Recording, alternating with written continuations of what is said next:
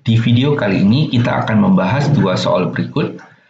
Nomor 8, banyak bilangan yang terdiri atas 6 angka berlainan yang dapat dibentuk dari angka 1 sampai 9 tanpa ada angka yang berulang adalah titik-titik-titik. Kemudian nomor 11, sebuah gedung mempunyai 5 pintu masuk. Jika 3 orang hendak memasuki gedung itu, banyaknya cara mereka masuk dari pintu yang berlainan adalah titik-titik-titik. Nah, kedua soal ini adalah penggunaan standar untuk permutasi. Nah, pertama-tama kita harus mengingat terlebih dahulu apa arti dari permutasi. Permutasi digunakan pada saat kita mau menyusun huruf, ataupun angka, ataupun pemilihan jabatan, dan sebagainya. Nah, kunci dari penggunaan permutasi adalah kita harus ingat bahwa urutannya penting. Nah, maksud dari urutan penting ini adalah jika saya ambil contoh, kita mau memilih jabatan, di mana kita memilih 2 orang, satu orang sebagai ketua dan satu orang lagi sebagai wakil. Jadi kalau ketuanya kita pilih A sebagai ketua, kemudian kita pilih B sebagai wakil, tentu saja itu berbeda ketika kita memilih B sebagai ketua dan memilih A sebagai wakil. Jadi itulah maksudnya urutan penting, bahwa AB tidak sama itu dengan BA.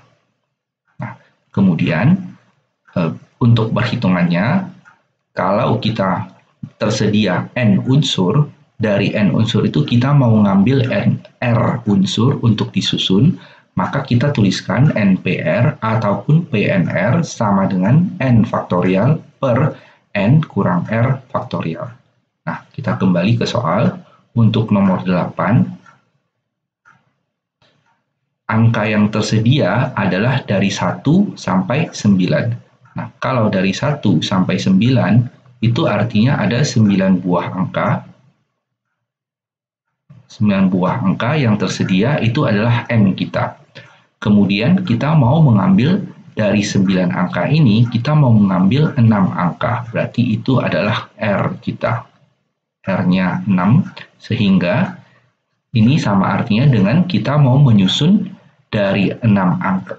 Dari 9 angka kita mau menyusun 6 angka, berarti itu adalah P96 sama dengan 9 faktorial per N kurang R, berarti 9 kurang 6 adalah 3 faktorial, itu sama artinya dengan 9 dikali 8 dikali 7 dikali 6 kali 5 kali 4 kali 3 faktorial per 3 faktorial.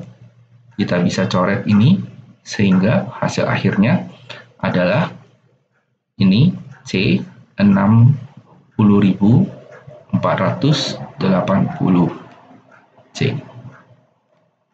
Nah, perlu diingat bahwa untuk mengerjakan soal ini sebenarnya kita bisa menggunakan cara logika, yaitu karena kita mau menyusun 6 angka, kita sediakan 6 tempat. 1, 2, 3, 4, 5, 6.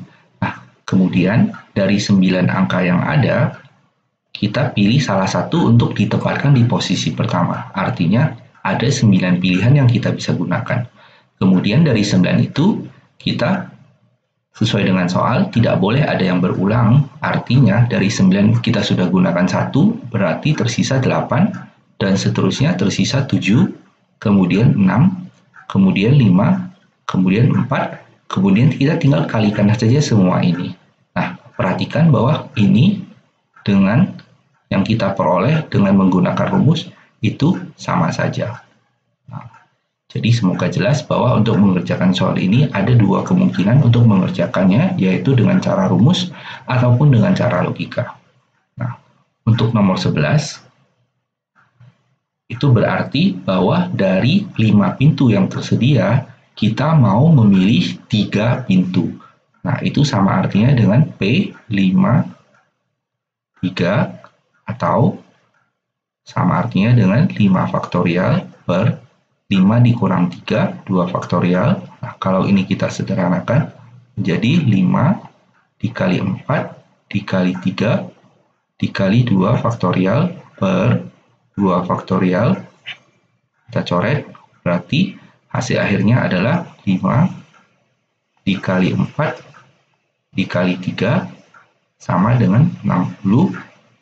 Itu adalah opsi A. Selesai. Nah, atau kalau kita menggunakan cara logika, artinya kita sediakan 3 tempat untuk ketiga orang itu. Nah, untuk orang pertama tersedia 5 pintu yang bisa dia pilih, berarti kita tuliskan 5. Kemudian untuk orang kedua, dari 5 tadi sudah tergunakan 1, sehingga sekarang tersedia 4 pilihan yang bisa dia gunakan. Kemudian untuk orang ketiga hanya tersisa 3 pilihan.